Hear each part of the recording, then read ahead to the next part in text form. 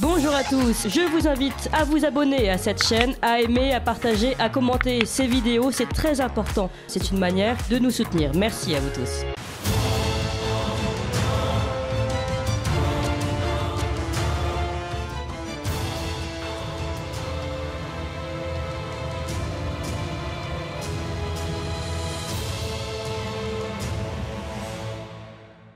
Bonjour Daniel Cosculluela. Bonjour.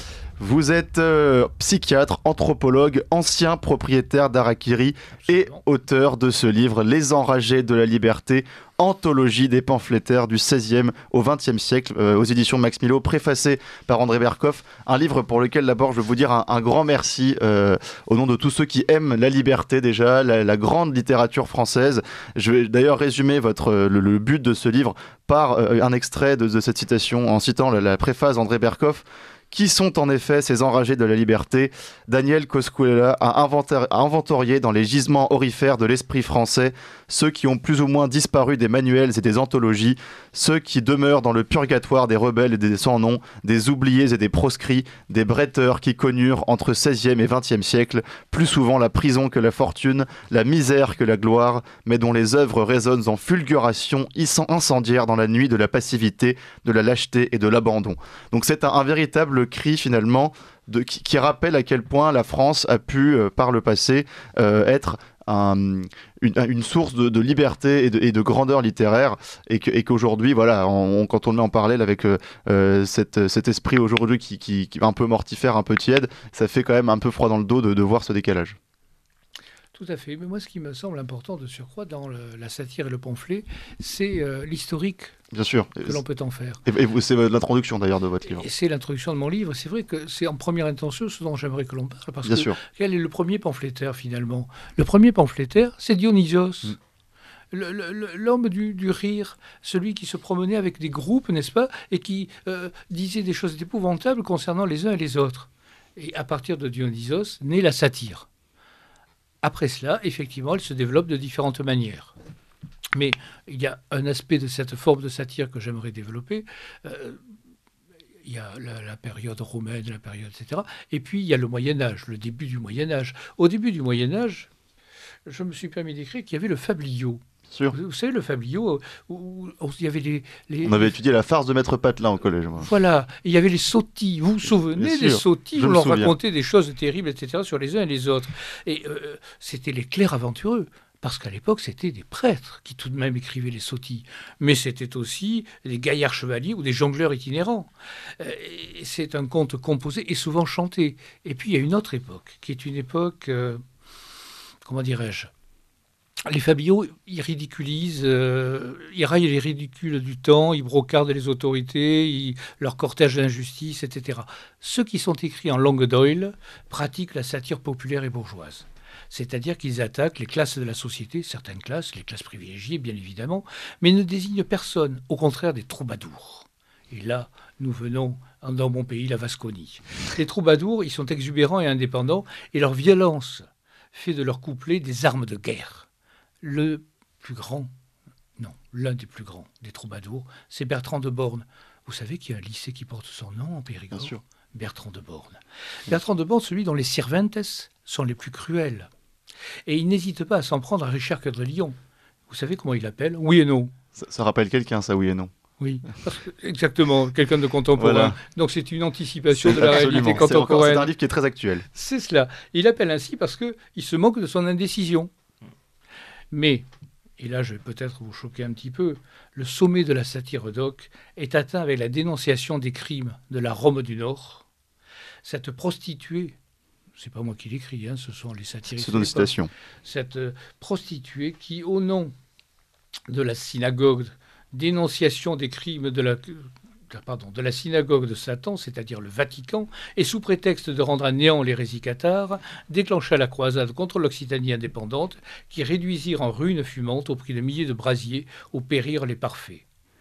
Dans la dénonciation impitoyable de la fourberie des croisés, de l'infâme Simon de Montfort, les poètes du Minitel Pierre Cardinal et Guillaume Figueras prirent pour tribune ces amas de décombres et élevèrent l'invective jusqu'à l'éloquence. Et c'est le début, en fait, de la véritable satire, du véritable pamphlet. Parce que ce que disent par la suite Léon Bloy, Octave Mirbeau, etc., c'est que ce qui constitue véritablement le pamphlet, c'est la conjugaison du fond et de la forme. C'est-à-dire de l'extrême qualité recherchée et du fond profondément pensé. En fait, c'est la sensitivité de l'auteur qui fait de lui un pamphlétaire. C'est parce qu'il ressent avec intensité les choses. C'est pas parce qu'il a envie de dire banalement ceci ou cela. Voilà. On est complètement d'accord, et donc cette anthologie rassemble une quarantaine d'auteurs, alors des plus ou moins connus, évidemment. Aujourd'hui, on connaît bien Léon Bloy, Léon Daudet, Camille Desmoulins, il y a Édouard Drummond, sur lequel on pourra également revenir, Barbet d'Aurevilly, mais il y a beaucoup d'autres qui sont beaucoup moins connus et que vraiment c'est très agréable de découvrir, puisque effectivement on a l'occasion de dire que la France est le pays des lettres en citant Hugo, Balzac à tour de rôle, mais il y a vraiment une flopée, une ribambelle d'auteurs qu'on peut redécouvrir et en fait on se rend compte que c'est presque eux qui ont plus participé à l'évolution des styles. C'est souvent les auteurs un petit peu mal lus de leur temps qui sont redécouverts plus tard et qui participent à l'évolution du style. Et je pense qu'aussi cette évolution du style et cette volonté de renouveler les styles littéraires, c'est aussi quelque chose qui vous a animé quand vous avez rassemblé cette anthologie. Oui. Et je vais vous donner un exemple, je vais le citer si vous le permettez. Allez-y, on est là pour faire de la lecture aussi, il faut un peu aussi. C'est Jules Jouy, que peu de gens connaissent effectivement, et qui fut un pamphlétaire absolument remarquable, anarchiste bien évidemment, et il dit ceci: notre programme, merde, bulletin politique. Il y en a qui sont pour le drapeau tricolore, il y en a qui sont pour le drapeau blanc, il y en a qui sont pour le drapeau rouge, il y en a qui sont pour le drapeau noir. Nous sommes pour le noble étendard où brillent les nobles couleurs de la merde. Le jaune d'or de ma merde des bébés bien portants, le vert oseille qui caractérise la merde des enfants malades, le bitume de la merde des hommes solides au poste, le brun jaune de la merde des adolescents, le brun tendre de la merde de ces dames, le noir de la merde des chiens, le vert jaune de la merde d'oie. Quant à nos opinions politiques, elles se résument en ces deux mots: le trône. Le trône, il n'y a que ça. Mais pas un de ces trônes mal entretenus, des maisons bornes. Non, un petit trône, en acajou, bien propre, où l'on puisse s'asseoir sans se salir, avec des peaux de lapin accrochés au mur pour s'essuyer bien doucement quand on a fini. Rien que d'en parler, l'eau nous vient à la bouche. Effectivement, non mais voilà, il y a toute une... Alors, je précise aussi... ça, c'est chanté au Chat Noir. C'est magnifique. C'est à l'époque où tout le monde se réunissait. Voilà. Que ce soit au Chat Noir, au Merle Blanc, etc., etc. Oui, parce que le 19e, c'est une vraie époque de d'émulsion littéraire. Et en plus, il y a cette... Alors, ce livre rassemble vraiment des auteurs anarchistes, communistes, socialistes, royalistes. Donc, il y a vraiment toute une variété d'idées. Et on se rend compte aussi qu'à l'époque, ces idées avaient moins d'importance, finalement, que cette volonté de polémique littéraire. Et on sent, finalement, on appartenait quand même au même monde, alors qu'aujourd'hui, on est beaucoup moins capable de se parler entre personnes. Alors, les idées, même l'opposition est beaucoup plus tiède aujourd'hui, mais on est moins capable de se parler qu'à une époque où Maurras et des auteurs communistes cohabitaient et pouvaient s'invectiver, mais comme l'invective était littéraire, ça inhibait un petit peu la violence. Léon Daudet qui fréquentait à peu près tout le monde. Voilà. Et dans les salons, tout le monde se rencontrait. Et les gens s'engueulaient, mais ils s'engueulaient amicalement, si j'ose dire. Voilà. Alors, certains échappaient à cela. Je pense notamment à Albert Libertad, qui a écrit L'anarchie contre le culte de la charogne, et qui lui a refusé de participer à tout cet univers, qu'il considérait comme étant finalement l'expression la moins charognarde de la charogne. Lui s'est échappé de tout cela, et il est mort seul. Mais pas seulement lui, Zodaxa. Moi, j'aimerais bien que l'on parle de Zodaxa. Je voulais vous en parler parce que personne connaît personne. Il est très, très, très mal connu aussi et je vous laisse vous en parler parce que c'est quelqu'un de génial et je pourrais presque après citer son programme parce qu'il s'est également présenté à la Chambre. Oui, je vous laisserai le soin de le faire. Moi, je l'ai appelé le mousquetaire de l'anarchie. Effectivement, Zodaxa, il faut savoir qu'il s'appelle Alphonse Gallo de la Pérouse. C'est le petit-fils du grand navigateur de notre roi. De votre roi, puisque je suis espagnol. Il est né en 84, c'est un jeune homme de bonne famille, patati patata, et son errance libertaire le conduit d'abord à Bruxelles. C'est-à-dire qu'il fuit en fait la réalité sociale ordinaire, il refuse, entre guillemets, de travailler, et il s'engage d'emblée dans la presse. Il crée le journal L'En dehors, qui devient un journal extrêmement célèbre, puisqu'il participe tout un tas de gens. L'En dehors, il le définit par cette épigraphe. Celui que rien n'enrôle et qu'une impulsion nature guide seule, ce hors-la-loi, ce hors-d'école, cet isolé chercheur d'au-delà, ne se dessine-t-il pas dans ce mot l'en dehors? En fait, il échappe à tout. Et il désire échapper à tout, et à tout ce qui pourrait engendrer, si j'ose dire, une confusion dans sa réalité. Mais par contre, avec qui va-t-il collaborer à l'en dehors? Allez, on va les citer. Georges Darien, Georges Lecourte, Henri de Régnier, Lucien Descaves, Octave Mirbeau, Camille Mauclerc, Félix Fréron, Tristan Bernard, Ajalbert, Émile Verhaeren, Stuart Merrill. Savez-vous qui sont les dessinateurs qui y participent? Steinlein, Villette, Luce, Hermann Pohl, mais aussi Sébastien Faure, théoricien libertaire, Charles Malato et Émile Henry, celui qui balança la bombe au restaurant Le Terminus. Voilà. Et puis d'ailleurs l'anarchisme a ceci pas de drôle, mais en tout cas d'intéressant que voilà, il n'a pas comme les communistes ce souci du peuple un petit peu paternaliste. Lui au contraire, il assume de dire l'honnête ouvrier n'a que ce qu'il mérite, parce que l'honnête ouvrier finalement se confond et accepte les règles du capital. Et je voulais quand même citer ce passage. C'est un discours, son affiche de programme, puisqu'il va se présenter, ce Zodaxa, à des élections. Il dit: citoyens, on vous trompe. On vous dit que la Chambre composée d'imbéciles et de filous ne représentait pas la majorité des électeurs. C'est faux. Une Chambre de députés jocrisse et de députés truqueurs représente au contraire à merveille les électeurs que vous êtes. Ne protestez pas, une nation a les délégués qu'elle mérite. Pourquoi les avez-vous nommés? La Chambre représente l'ensemble. Il faut des sots et des roublards. Il faut un parlement de Ganache et de Robert Macaire pour personnifier à la fois tous les votards professionnels et les prolétaires déprimés. Et ça, c'est vous. Votez, électeurs, votez. Le Parlement émane de vous. Une chose est parce qu'elle doit être, parce qu'elle ne peut être autrement. Faites la Chambre à votre image. Le chien retourne à son vomissement. Retournez à vos députés. Chers électeurs, votez pour eux, votez pour moi. Je suis la bête qu'il faudrait à la belle démocratie. Votez pour moi. Et au jour du scrutin, il parcourt Paris en promenant l'âne blanc et on chante... Cela. C'est un âne qui a été arrêté. C'est un âne, c'est un âne qu'il nous faut. Et il explique ensuite, on parlera de la chanson parce qu'il y a aussi beaucoup de chansonniers dans ce livre, mais il explique que toute la journée il a lu les gazettes du monde entier et qu'il était persuadé qu'à chaque fois qu'on parlait de Félix Faure, on parlait d'un âne.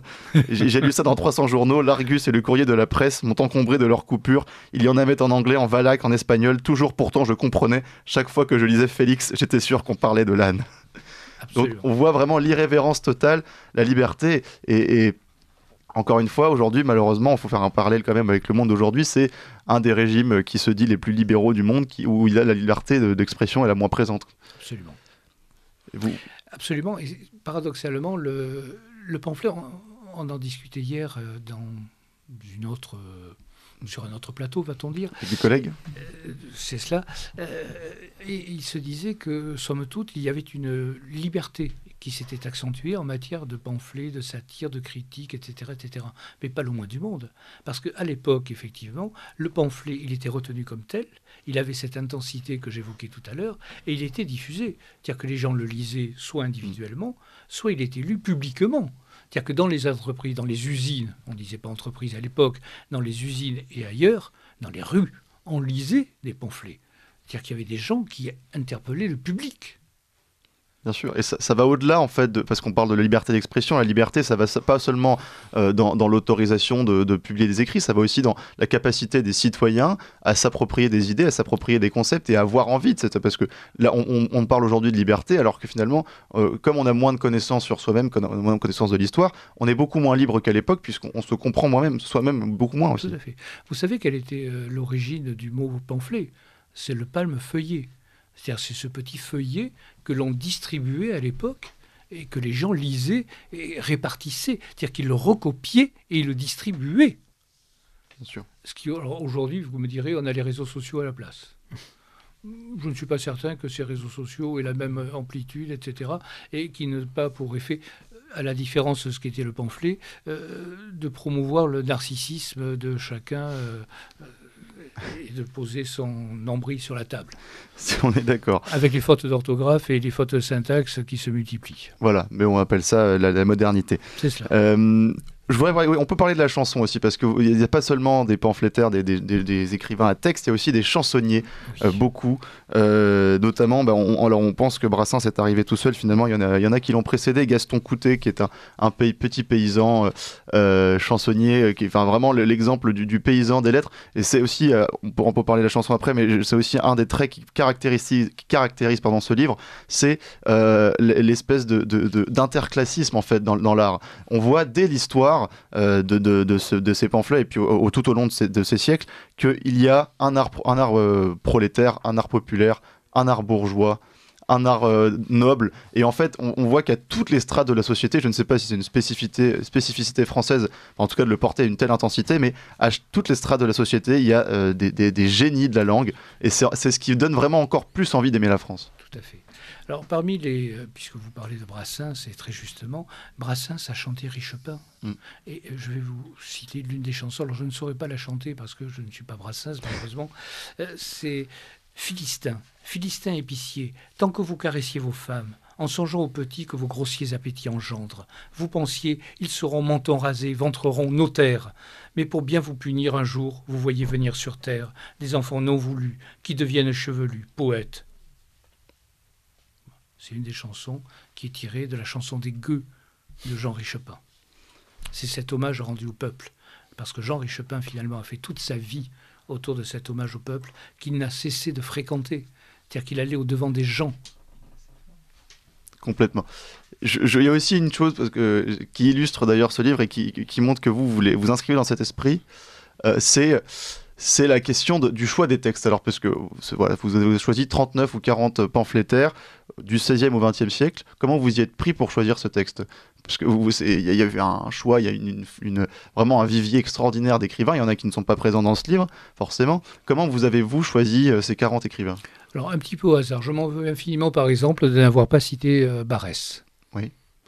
Mais Béranger peut-être aussi. Et Béranger, bien évidemment. Mais je me suis dit qu'à ce moment-là, si je commençais à évoquer les uns et les autres, ça n'était plus 40 ou 39, mais c'était 100, voire 150. Donc ça fera peut-être l'objet d'un deuxième tome, n'est-ce pas? On ne sait jamais. Votre éditeur, ça me fait sourire. Voilà. Donc j'ai choisi cela parce qu'ils m'ont... Comment dit-on aujourd'hui? Ils m'ont parlé. C'est l'expression que l'on emploie.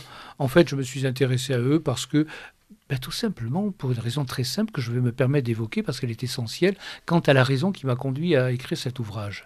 Je me suis aperçu, ma compagne est libraire d'anciens, et nous avons de multiples livres d'anciens, d'autrefois, des livres du XVIIe, du XVIIIe, du XIXe, bien évidemment. Et on s'est aperçu que la majorité de ces livres n'avaient pas été réédités. Très peu d'œuvres ont été rééditées.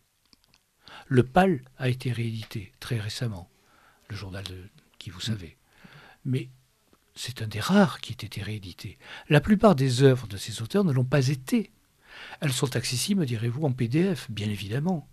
Donc ce que je voulais, c'était simplement donner envie aux gens d'aller au-devant de ces auteurs et peut-être d'aller voir sur le net éventuellement ce qu'il en était et peut-être donner envie à certains éditeurs de les rééditer, pourquoi pas, et de les distribuer. Ah, c'est un message aux éditeurs aussi également. C'est un message aux éditeurs, effectivement. C'est magnifique.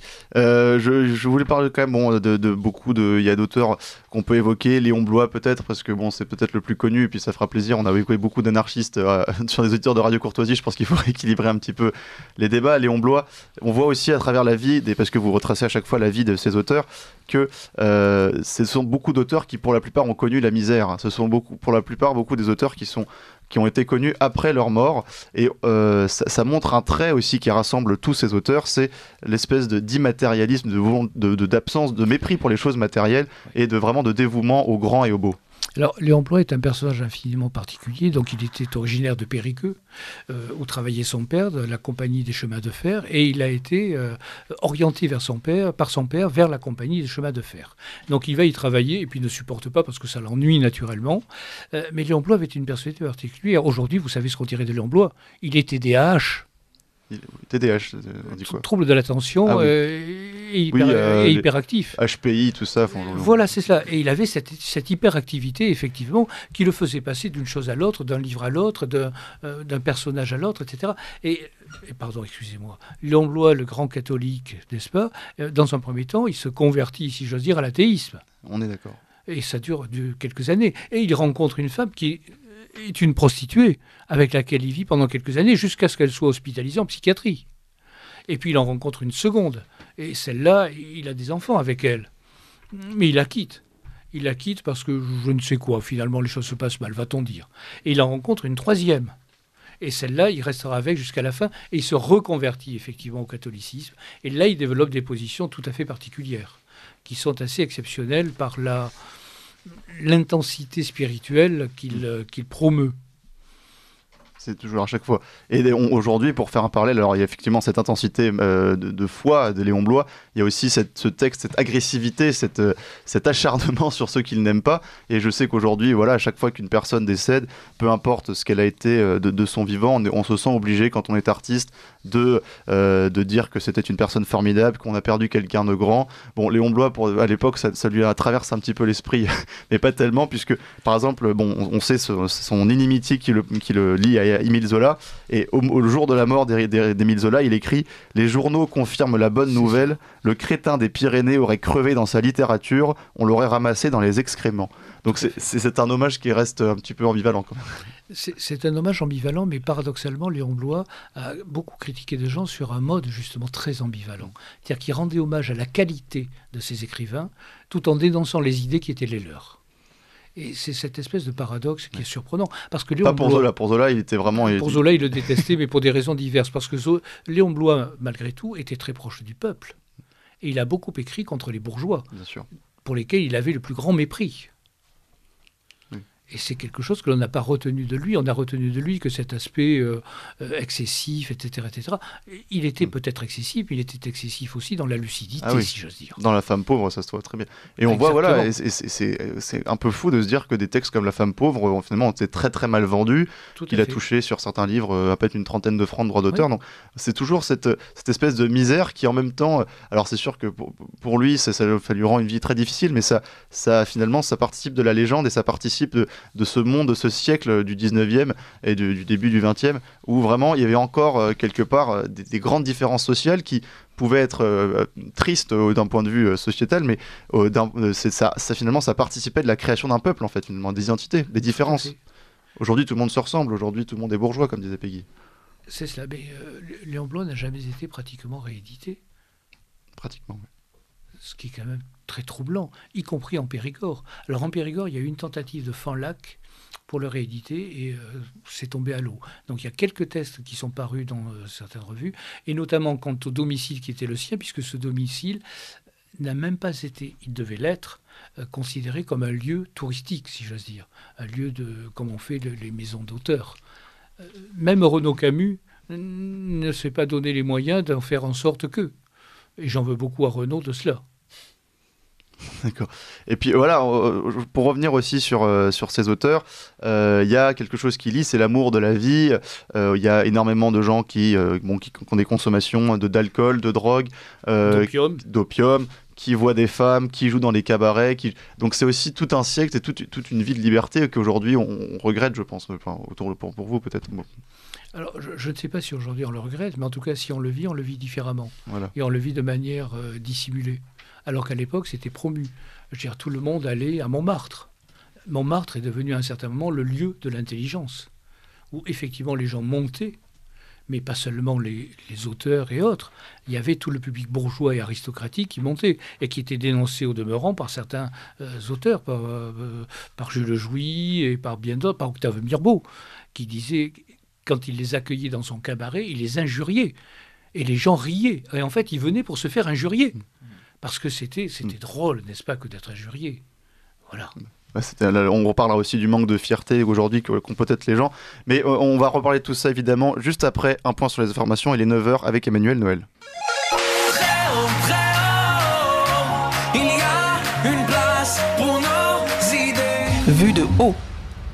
On est toujours avec, évidemment, Daniel Coscuela, psychiatre, anthropologue, ancien propriétaire d'Harakiri, auteur de ce livre « Les enragés de la liberté », anthologie des pamphlétaires du XVIe au XXe siècle, préfacé par André Berkoff aux éditions Max Milo. On parlait justement de ces gens qui venaient se faire insulter, parce que c'était drôle de se faire insulter sur la butte Montmartre. Effectivement, Aristide Bruand, dont on va en parler sur les chansonniers. On peut en parler, et puis je vous poserai une autre question ensuite. Mais... Aristide Bruand écrit le comité d'initiative. Si j'étais votre député, ohé, qu'on se le dise, j'ajouterais l'humanité aux 3 mots de notre devise. Au lieu de parler tous les jours pour la République ou l'Empire et de faire de longs discours pour ne rien dire, je parlerai des petits fieux, des filles mères des pauvres vieux, qui l'hiver gèlent dans la ville. Ils auraient chaud comme en été, si j'étais nommé député à Belleville. Je parlerai des tristes gueux, des purotins batteurs de dèche, des ventres plats, des ventres creux, et je parlerai d'une crèche, pour les pauvres filles sans lit, que l'on repousse et qu'on renvoie dans la rue avec leurs petits. Mère de joie. Je parlerai de leurs mignons, de ces minables chérubins, dont les pauvres petits fignons ne connaissent pas l'eau des bains, chérubins dont l'âme et le sang se pourrissent à l'air des Bourges, que l'on voit passer le teint blanc et les yeux rouges. Je parlerai des vieux perclus qui voudraient travailler encore, mais dont l'atelier ne veut plus, et qui traînent jusqu'à l'aurore sur le dur pavé de Paris, leurs refuges, leurs invalides, errants, chassés, honteux, meurtris, les boyaux vides. Je parlerai des petits fieux. Voilà, c'est la politique à l'époque, comme aujourd'hui en littérature politique, on a Bruno Le Maire et Marlène Schiappa. Je ne sais pas si c'est l'équivalent, parce que ils sont pas dans votre anthologie d'ailleurs, ces 2 personnes. Je ne sais même pas qui c'est, je n'ai pas envie de les connaître. C'est vrai que quand on est dans ce monde-là, on n'a pas assez peu envie d'en sortir. D'une part, et puis vous savez, ce que considèrent quand même tous ces pamphlétaires, ils considèrent qu'en fait, et tous, qu'ils soient de droite, de gauche, extrême droite ou d'extrême gauche, anarchistes en l'occurrence, ils considèrent qu'en fait, il y a eu une première grande guerre civile européenne, et que cette grande guerre civile européenne, donc la Première Guerre mondiale, était la fin d'un monde. La fin du monde qui existait véritablement et dans lequel on pouvait se prévaloir d'être ce que l'on était. Et puis, il y a eu la Seconde Guerre mondiale. Et c'était la Seconde Guerre civile européenne. Et peut-être sommes-nous à la veille de la 3e, celle que l'on essaie de nous vendre, mais en petits morceaux, comme dans les supermarchés, avec un rayonnage où tantôt il y a la Covid, tantôt il y a ceci, et tantôt il y a cela. La guerre entre la Russie, etc. etc. Voilà. Pour de produits achetés, le 3e est gratuit. Et alors, sur ces gens qui se venaient insulter sur la butte Montmartre, pardon, je voulais revenir quand même sur ces gens qui aimaient se faire insulter. Aujourd'hui, on a une loi qui prohibe l'injure publique, donc on a vraiment changé de type d'homme également, puisque l'individu est devenu beaucoup moins capable d'écrire ces textes-là, beaucoup moins talentueux, mais en même temps, on n'a pas le droit d'y toucher, et l'insulte est considérée comme quelque chose d'horrible, presque un blasphème.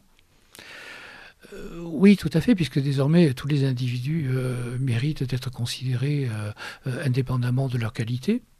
Et nous sommes tous égaux. Et comment peut-on traiter d'une manière invectivante des gens qui sont nos semblables ? Ce serait diffamatoire. Et l'on serait accusé d'être des malpensants. Donc effectivement, tout cela n'a plus lieu d'être. Il n'y a que la bien-pensance qui triomphe et le respect systématique de l'autre, quelle que soit la pratique que fait l'autre de son existence. Je voudrais vous souhaiter une phrase de Barbet d'Aurevilly qui est sortie aussi dans votre livre, qui est dans votre livre. Dans une société qui devient de plus en plus matérialiste, le confesseur, c'est le médecin. C'est aussi la fin de la transcendance qui annonce la fin de la vitalité. Tout à fait. Et le médecin est celui vers qui l'on est allé progressivement. Mais c'est l'ouvrage de Léon Daudet, le premier de ses ouvrages, Les Morticoles, dans lequel, effectivement, il décrit cette modernité au travers des médecins et du rôle que jouent les médecins qui sont là pour accueillir, effectivement, les plaintes systématiques des uns et des autres. Mais cet univers s'est amplifié. Et en tant que psychiatre, je suis bien placé pour en parler. Non seulement je reçois les plaintes des uns et des autres, mais je reçois beaucoup de gens qui viennent pour des arrêts de travail et des burn-out. Et lors d'une émission récemment d'André Berkoff, je me suis permis de dire, mais voyons, les mineurs de fond à l'époque, ils allaient voir leur employeur et ils disaient « j'ai un burn-out ». Est-ce que c'est concevable, cela ? Oui, c'est l'individu qui a fondamentalement régressé dans sa capacité à accepter les choses aussi. Comme diraient certains auteurs que l'on a pu citer, l'individu aujourd'hui est écouillé. C'est ça. Et là, ça ne manque pas effectivement de ça dans ce livre. De quoi on peut parler encore également Il y a une chose dont j'aimerais parler. Allez, je vous en prie. Vous l'avez évoqué, et je vais rebondir là-dessus. Ce sont tous les pamphlétaires qui n'ont pas été cités, et notamment les quelques pamphlétaires contemporains, si je puis me permettre. Maurice Bardèche.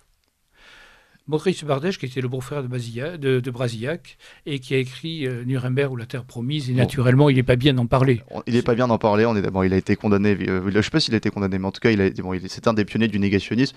C'est cela. Mais c'est un critique littéraire, et pour tout dire, au-delà de ces idées dont on peut penser ce qu'on veut, j'ai même récemment regardé une émission hier avec Jean Dutour sur Balzac, qui est absolument passionnante, un critique littéraire.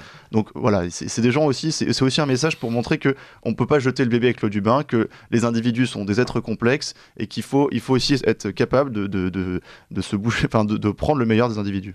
Mais on pourrait parler de Jean Cau. Bien sûr. Jean Cau disait la même chose, des choses comme ça. On pourrait parler de Charbonneau. Bernard Charbonneau, vous savez, qui était très proche de cet universitaire bordelais et qui a protesté contre la pensée moderne et écologique. Il a écrit L'homme auto. L'homme auto, l'homme suivi de auto, A-U-T-O. En fait, il dit « Sans rue, il n'est plus qu'un misérable homme, tronc, un piéton. » Voilà. Mais on pourrait parler de Régis Debray, ne serait-ce que dans son ouvrage Contre Venise, qui est un ouvrage pamphlétaire, qui dénonce effectivement, à tort à mon avis, mais peu importe, une ville que tout le monde adore et considère comme étant absolument prestigieuse. Régis Debray s'est autorisé à faire cela. Mais on pourrait parler de Pierre Dominique, qui a dit des choses absolument remarquables et qui a écrit notamment un ouvrage sur les polémistes français. Mais on pourrait parler de René Etiamble. René Etiamble, le linguiste, qui a quand même écrit un ouvrage percutant qui s'appelle, et là je vous invite à le lire tous, « Parlez-vous français ?», dans lequel il dénonce effectivement, et il cite tout un tas de discours issus de ceci ou de cela, de différents médias, qui n'ont rien à voir avec la langue française. On pourrait parler de Jean Giono, on pourrait parler de Guy Hockenheim, on pourrait parler de Michel-Georges Migbert, on pourrait parler de Philippe Muret, au Bon Festivus. Mais on pourrait parler plus anciennement de Charles Baudelaire, et on pourrait parler de Rémy de Gourmont, qui a écrit le Joujou patriotique. Et on pourrait parler de quelqu'un de tout à fait contemporain, Brigelli, dont on peut aller sur le site, et qui est quelqu'un de tout à fait remarquable et qui dénonce la destruction des élites. Tous ces gens sont des gens malheureusement au risque de vous attrister, un peu âgés. Et je pense qu'aujourd'hui, dans la génération, même celle de mes parents malheureusement, peut-être que ne serait-ce que le système éducatif dans lequel on a baigné, nous empêche presque de produire ce genre de texte. Est-ce que c'est pas aussi la fin d'une ère ? Je suis tout à fait d'accord. C'est pour ça que je disais qu'en fait, elle était annoncée... Vous m'avez traité d'imbécile sans le dire, mais c'est gentil. Elle était évoquée à l'époque de la Première Guerre civile, mais aujourd'hui, nous vivons la fin. Ce sont les restes. Et puisque je sais que la fin également de l'émission approche, il y a un auteur dont je voudrais citer le nom, même s'il fait l'objet du mépris de beaucoup. Non, c'est pas celui que vous imaginez, c'est un autre, Louis-Ferdinand Céline, que je considère comme un des plus grands écrivains français. Comme beaucoup, hein. Voilà. Bien Mais sûr. c'est un écrivain prestigieux et qui mérite d'être lu à différents titres, et pas seulement pour ses ouvrages pamphlétaires, que peu de gens ont lus, parce que beaucoup de gens critiquent effectivement Les Beaux Draps, Mea culpa, Bagatelle pour un massacre, mais ils n'ont pas lu ces ouvrages-là, et ils prétendent qu'ils sont antisémites, et ils ne le sont pas nécessairement, encore faut-il les lire pour s'en assurer. Tant qu'on est dans les écrivains qui sentent un peu le souffle, on va rester un tout petit peu là-dedans. Pourquoi est-ce que vous avez choisi de parler d'Édouard Drummond, alors qu'effectivement il y a d'autres auteurs controversés de ces époques-là, comme Maurice Barrès, qui auraient pu, je parle au niveau du style, aussi y prétendre. Pourquoi Édouard Drummond en particulier ? Alors, Édouard Drummond, pour une raison très simple, c'est que tout le monde l'a critiqué pour son antisémitisme, etc., etc. Et peut-être à juste titre, peu importe. Mais ce que je trouvais remarquable chez Édouard Drummond, c'est qu'il accueillait dans son journal quelqu'un qui n'était pas du tout antisémite, qui s'appelait Séverine, qui était anarchiste et féministe. Et vous savez qui a été l'héritier d'Édouard Drummond ? L'enfant de Séverine. Et savez-vous qui est le petit-fils de Séverine, ou la petite-fille, pardon, de Séverine, a épousé, devinez qui ? Le fondateur de la LICRA. Ça, c'était quelque chose qu'on ignorait, qu'on n'avait pas appris. Il y a aussi, je voudrais parler aussi de la fin du langage. Alors la langue aujourd'hui s'appauvrit, ne serait-ce que par les réseaux sociaux, mais ça fait déjà un long moment que l'argot disparaît, que les patois régionaux disparaissent. Ça aussi, ça participe en fait de la fin d'une variété de langues. Tout à fait. Alors, il y a quand même... Pardon. Il y aurait eu un semblant de renaissance pour ce qui est de l'occitan. Oui. Pendant quelques années. Aujourd'hui, effectivement, les cours d'occitan, hormis les personnes âgées qui participent à des clubs, etc., après 70 ans, plus personne ne parle occitan. Et ça ne sera pas transmis. Le problème n'est pas tant que ces langues disparaissent, c'est qu'elles ne sont plus transmises. Le breton, par contre, l'est encore un peu. Et la seule langue qu'il est véritablement, c'est celle que j'affectionne particulièrement, c'est le basque. Oui. Et Euskadi, Tashkatasuna. Je vous laisse traduire parce que j'ai pas ces connaissances. Pays basque et liberté. D'accord, je connais le chant égoïque qui est magnifique aussi. Est-ce qu'il y a d'autres auteurs que vous voulez évoquer, peut-être qui n'ont pas été, qui sont pas très connus, ou alors est-ce qu'on peut passer aussi sur des auteurs majeurs dont vous parlez, Pierre-Joseph Proudhon par exemple.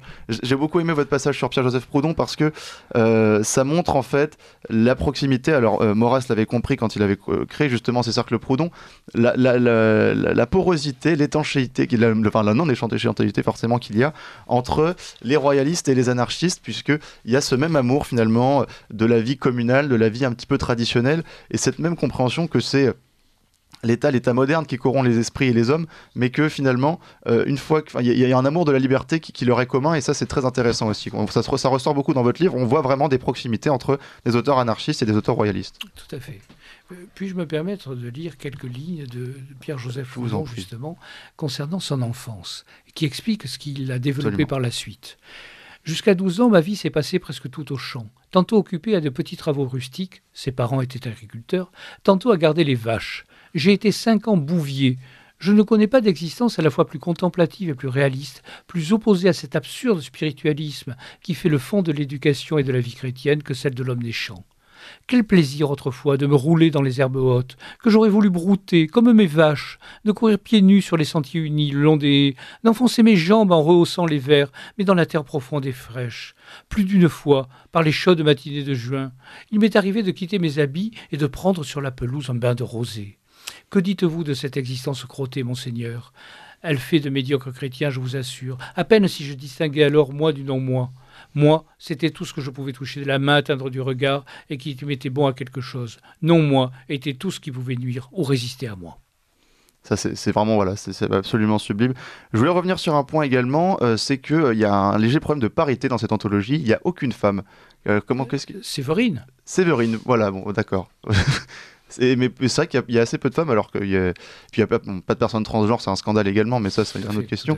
Mais voilà, c'est aussi... Quoique, je m'excuse, mais Piron a été condamné à mort à l'âge, alors je ne sais plus si c'est 27 ou 34 ans, pour sodomie. Ah. Oui. Donc il n'était pas transgenre, effectivement, mais il était homosexuel, enfin pas seulement, il pratiquait, disons, toutes les formes de sexualité possibles et imaginables. D'accord. Voilà. Une sorte de Pierre Palmade avant l'heure. C'est en quelque sorte. Est-ce qu'il y a des gens qui trouvent encore, oui, vous avez parlé de Jean-Paul Brigelli, mais est-ce qu'il y a encore des gens qui trouvent grâce à vos yeux aujourd'hui, parce que vous avez dit la Deuxième Guerre mondiale, ça a encore vraiment accentué l'espèce de suicide européen. Il y a eu, certes, après, dans les années 60-70, les Hussards, Blondin, on a René Fallet, Michel Audiard. Tout à fait. Est-ce qu'il y a depuis, à partir des années 80-90, même aujourd'hui 2000, il y a encore des écrivains contemporains qui écrivent encore et qui trouvent grâce à vos yeux? Moi, j'aime beaucoup Brigelli, effectivement. J'étais très proche de Charbonneau, qui vivait à Bergerac à la fin de sa vie et que je fréquentais régulièrement. Mais il est mort malheureusement dans les années 90. Et puis peut-être peut-on considérer André Berkoff comme étant un pamphlétaire du XXIe siècle. Au hasard, puisqu'il a préfacé votre ouvrage. Pour conclure, peut-être, je vais citer votre conclusion, mais cette importance que vous accordez au dialogue des morts, vous pensez que c'est important d'entretenir cette mémoire? Oui, parce que je pense que le but que je projetais en quelque sorte, ce que je disais tout à l'heure, c'était de tenter, au moins en partie, mais ça n'est pas une vocation divine, rassurez-vous, de ressusciter ces morts. Mais je n'ai aucune prétention, n'est-ce pas, à le faire de la manière dont certains l'imaginent. Merci beaucoup en tout cas Daniel Coscuela. Je rappelle que vous êtes psychiatre, anthropologue, ancien propriétaire d'Harakiri et que donc vous avez commis cet ouvrage qui fera peut-être scandale mais que je vous invite vraiment à acheter pour retrouver ce goût de la liberté, ce goût des lettres. Les Enragés de la liberté, une anthologie des pamphlétaires du XVIe au XXe siècle, préfacée par André Berkoff, c'est aux éditions Max Milo. Merci beaucoup Daniel Coscuela. Merci à vous.